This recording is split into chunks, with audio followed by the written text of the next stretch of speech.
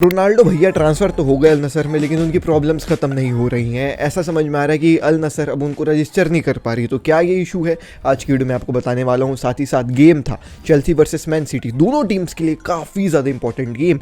Man city को obviously यार वो Arsenal top of the table बैठी तो टेबल में चढ़ना है, और चेल्सी जैसी टीम के खिलाफ गेम है तो आप हार सकते नहीं हो। और चेल्सी जो है वो भाई साहब 9th ऑन द टेबल थी, तो उनको भी जो है वो ऊपर चढ़ने की कोशिश करनी थी। तो ये गेम काफ़ी इंटरेस्टिंग हुआ। 1-0 जो है वो सिटी जीत गई है, उसके बारे में भी मैं जो है थोड़ा सा बात करने वाला हूं। बाकी भाई साहब thank you for the support you guys have been showing lately. मैंने यार ये कहा है कि 2 महीने में अपन को जो है वो मार्च 1 तक 50K कर देना है। बट तुम लोग जिस हिसाब से सब्सक्राइब कर रहे हो ना यार, ऐसा लग रहा है कि इसी महीने खत्म हो जाएंगे 50K। Please guys keep loving, keep subscribing. जैसे आप लोग सब्सक्राइब कर रहे हैं वैसे सब्सक्राइब करते रहें भाई साहब। Thank you for all the love and support भाई, मज़ा आ गया। तुम लोग मिल लो ना, मैं हक कर लूँ यार जोर से। तुम लोगों को कभी मिलो, कभी रोड में मैं दिखूँ तो बोल दे रहा भाई कैसे हो मैं आ जाऊँगा दौड़ के तुम्हारे पास। Anyways guys, let's talk about the पहली खबर, और वो है कि रोनाल्डो को अल नसर में को रजिस्टर नहीं कर पा रहे हैं। तो सबसे पहली बात ये है कि भाई देखें, जो सऊदी अरेबियन प्रो लीग है वो केवल 8 ओवरसीज़ प्लेयर्स को जो है वो अलाउ करती है अपने टीम में लेने के लिए।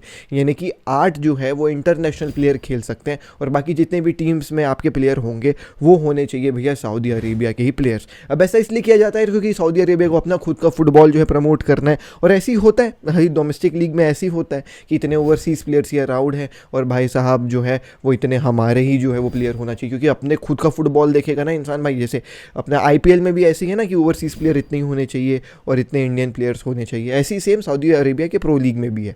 तो अल नसर को ये था कि भाई 8 ओवरसीज़ प्लेयर्स अलाउड थे। अब रोनाल्डो के साइनिंग के बाद ये टोटल प्लेयर्स हो गए 9।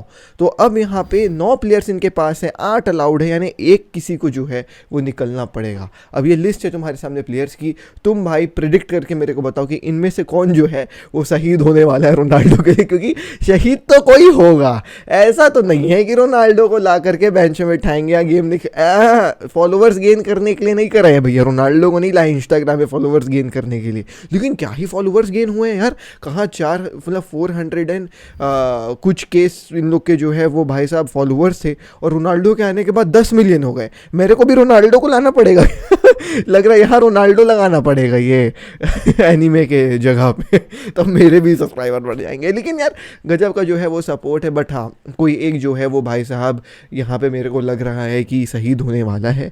अब लेकिन शहीद करने में कोई दिक्कत नहीं होगी यार, म्यूचुअल कॉन्ट्रैक्ट से भी आप शहीद कर सकते हो कि आपका कॉन्ट्रैक्ट जो है वो टर्मिनेट कर रहे हैं म्यूचुअली, जैसे रोनाल्डो का हुआ यूनाइटेड में, या फिर जो है वो किसी को बेच देंगे। और अभी ट्रांसफर विंडो तो चल ही रही है यार, तो बेच तो सकते ही हैं। तो ये कहानी है भैया रोनाल्डो की, उनको रजिस्टर करना पड़ेगा। लेकिन हाँ, कल गेम था अल नसर का, और कल गेम जो है पोस्टपोन कर दिया गया क्योंकि इलेक्ट्रिसिटी इश्यूज आ गए भैया इस स्टेडियम में। This is the first time Ronaldo ये सुने होंगे कि स्टेडियम में इलेक्ट्रिसिटी इशू आ गया है। लेकिन कहानी ये थी कि भाई वो क्या डेजर्ट वाला एरिया है, वहाँ पे पानी गिर गया अचानक से।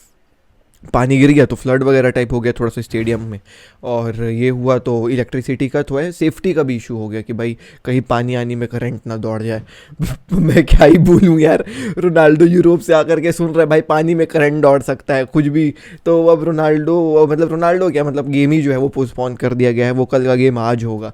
तो अब देखो आज रोनाल्डो डेब्यू करेंगे कि नहीं करेंगे। वो इंटरनेशनल बैन वाला कोई कह रहा है कि है, कोई कह रहा है कि नहीं है। वो मानेंगे नहीं मानेंगे फ़ाइन देना पड़ेगा। अभी तो वो कहानी अपन को पता नहीं है, लेकिन गेम पोस्टपोन हो गया। आज जो है वो रोनाल्डो का गेम हो सकता है, वो डेब्यू करेगा नहीं करेगा कोई पता नहीं है। हो सकता है वो बैंड हो, लेकिन अभी तक क्लब की तरफ से कोई ऑफिशियल खबर नहीं आई है। अब देखने वाली बात होगी कि होगा क्या। बट हाँ, रजिस्ट्रेशन वाला इशू है, अगर आज सॉल्व हो जाता तो ऑब्वियसली डेब्यू करते हुए दिखेंगे। अगर आज नहीं सॉल्व होंगे तो रोनाल्डो तो रजिस्टर ही नहीं है भैया, तो फिर कैसे जो है वो खेल पाएंगे। तो ये कहानी है रजिस्ट्रेशन की। Anyways guys, let's talk about the second thing, और वो है मैन सिटी वर्सेस चेल्सी का गेम। अब ना इस गेम से पहले पेप गार्डियोला जो है वो एक इंटरव्यू था उनका, जिसमें वो ये कहते थे कि I follow my fans, and ये लाइनअप जो है वो मैंने चेंज करी है आज के गेम में। तो लाइनअप जो है वो फैंस को सुन के जो है पेप गार्डियोला ने चेंज लाइनअप तो चेंज सही किया। लाइक जो फैंस कह रहे थे कि जैसा लाइनअप चाहिए था उनको, जैसे प्लेयर्स चाहिए थे लाइनअप में, वैसे तो उनको मिले।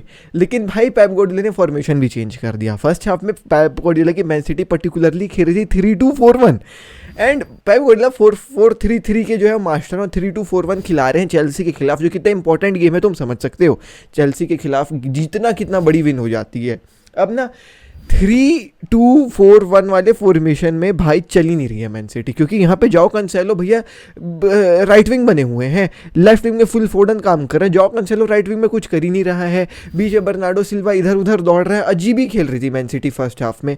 और चेल्सी के बारे में बात करूँ तो यार चेल्सी के इंजरीज ही नहीं खत्म हो पा रहे हैं, चेल्सी के प्लेयर इंजर्ड होते जा रहे हैं। गेम चालू हुआ लग रहा था कि भैया रहीम स्टर्लिंग कुछ काम करेंगे काई हावर्ट्स के साथ, क्योंकि यार मिसन माउंट इंजर्ड है, एनगोलो कांटे इंजर्ड है, तो मिडफील्ड में ऐसा कुछ नहीं था। तो लग रहा था कि हाँ यार काई हावर्ट्स रहीम स्टर्लिंग का मेन अटैक होगा, बाकी तो ठीक है कोवाचिच संभाल लेगा, ठीक है। जकारिया को स्टार्ट मिला था तो देखना था कि भाई जकारिया क्या कर पाएंगे, लेकिन गेम जैसे ही चालू होता है वैसे ही रहीम स्टर्लिंग इंजर्ड हो जाते हैं। अब यहाँ पे लगा यार ये रहीम स्टर्लिंग इंजर्ड हो गया तो क्या होगा, अब रहीम स्टर्लिंग इंजर्ड हुआ तो अबामेयांग आ गए, एंड अबामेयांग जब से चेल्सी आए हैं तब से भैया वो बहुत गंदा खेल रहे हैं। ऑल दो बार्सिलोना में उसकी परफॉर्मेंस वाज ठीक ठाक, आई वुड नॉट से कि ही वाज एकदम भाई साहब एकदम गजब का प्लेयर, बट हाँ ही वाज प्लेइंग लाइक ठीक ठाक football, he scored goals here and there. But भाई साहब चेल्सी में तो अबामेयांग का खेल ही समझ में नहीं आ रहा है। तो वो एक इंजरी हो गई, रहीम स्टर्लिंग शुरुआत में ही निकल गए, और उसके बाद भाई साहब फिर भी मैं ये कहूँगा कि मैन सिटी की फर्स्ट हाफ की परफॉर्मेंस बहुत पुअर थी और चेल्सी तो ठीक ठाक खेल रही थी। बट यार एट दी एंड क्या हुआ कि हाफ टाइम के बाद भाई मैन सिटी ने जो है वो चेंजेस कर लिए, और चेंजेस कुछ ऐसे करे कि वो वापस से बैक 4 में आ गए और 4-3-3 खेलने लग गए। और फिर 60 मिनट के बाद तो जैक ग्रिलिश आ गया और भाई साहब इनका महारेज आ गया, और जैक ग्रिलिश ने भैया एक अच्छा क्रॉस डाला, महारेज ने गोल मार दिया और मैन सिटी 1-0 लीड कर दी। On the other hand Chelsea के बारे में बात कर लूँ तो चेल्सी भाई इंजरीज़ के चलते कह लो और कुछ प्लेयर्स के थकने के चलते कह लो, हाफ टाइम पहुँचते पहुँचते तक तो एक आध चांस ले दे करके बना दिए थे। चुकुमेका जो है वो इनका प्लेयर आया, क्योंकि ऑब्वियसली क्रिश्चियन पुलिसिच भी जो है वो भाई साहब इंजर्ड हो गए थे अराउंड टू अराउंड कितने आपके 22 मिनट में। अब क्रिश्चियन पुलिसिच के जाने के बाद चुकुमेका आते हैं, चुकुमेका एक अच्छा चांस बनाए थे हाफ टाइम से पहले, लेकिन भाई वो जो है वो पोस्ट वगैरह में लग गई रॉद्री से डिफ्लेक्ट होकर के। और उसके बाद आखिरी में 60 मिनट के पास चेल्सी के इंजरीज लिस्ट के चलते तुम कह सकते हो there were 3 teenagers starting for Chelsea. Hutchinson आए, अबामेयांग को हटा करके, कुकुरेला को हटा करके एल हॉल करके एक प्लेयर है, और गलाघर आया भाई साहब जियश को हटा करके। तो ये प्लेयर्स भी आए भाई साहब 18-19 साल के लौंडे ये खेलने के लिए आ गए मैन सिटी के खिलाफ। तो चेल्सी ने परफॉर्मेंस तो अच्छी डालने की कोशिश करी यार, बट हाँ वो एक था ना कि मतलब दी पावर ऑफ बेंच जो हम कहते हैं हमेशा सिटी की बेटर है चेल्सी से या फिर किसी और भी टीम से। मतलब हम तो मजाक मस्ती में भी ये कह देते हैं ना कि भाई सिटी की सेकंड टीम भी उतार दोगे तो वो भी जीत जाएगी बड़ी बड़ी क्लब से। तो वैसे ही कुछ अपन को गेम देखने को मिला। मैन सिटी ने, पेप गार्डियोला ने थोड़े से मिस्टेक्स करे अपने स्टार्टिंग 11 में, लेकिन ऑब्वियसली यार उनकी बेंच इतनी अच्छी है कि वो भाई अपने मिस्टेक्स को ईजिली रेक्टिफाई कर पाए 60 मिनट तक। पेप गार्डियोला ने एक और इंटरेस्टिंग टेक ये दिया इंटरव्यू के बाद कि मेरा इस गेम से पहले जो गेम हुआ था उसका इंटरव्यू हुआ था, तो उस इंटरव्यू में मेरे से एक इंटरव्यूअर ने पूछा था कि आपने 86 मिनट में क्यों चेंजेस करे।